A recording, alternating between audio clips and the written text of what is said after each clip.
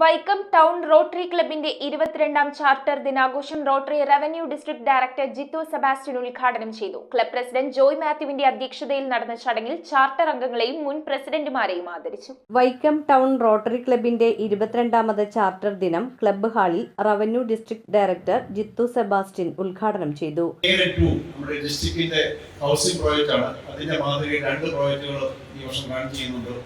അതുപോലെ തയ്യൽ മിഷൻ കൊടുത്തുകൊണ്ട് VNA പ്രോജക്റ്റിന്റെ പ്രോജക്റ്റ് ഇവിടെ നടപ്പാക്കി. അതുപോലെ താലൂക്ക് ആശുപത്രി എക്യുപ്മെന്റ്സ് സപ്പോർട്ട് ചെയ്തുകൊണ്ട് ഹോം പ്രോജക്റ്റ് ഇവിടെ റൺ ചെയ്യുന്നു. മെഡിക്കൽ ക്യാമ്പുകൾ നടത്തുന്നു. മുക്തി, അതായത് മദ്യത്തിനും മയക്കുമരുന്നിനും ലഹരിക്ക് വരുന്നതിന് ബോധവൽക്കരണം, ഇങ്ങനെയുള്ള ഒരുപാട് പ്രവർത്തനങ്ങൾ ഈ ക്ലബ്ബ് മുന്നോട്ട് കൊണ്ടുപോയിക്കൊണ്ടിരിക്കുന്നു.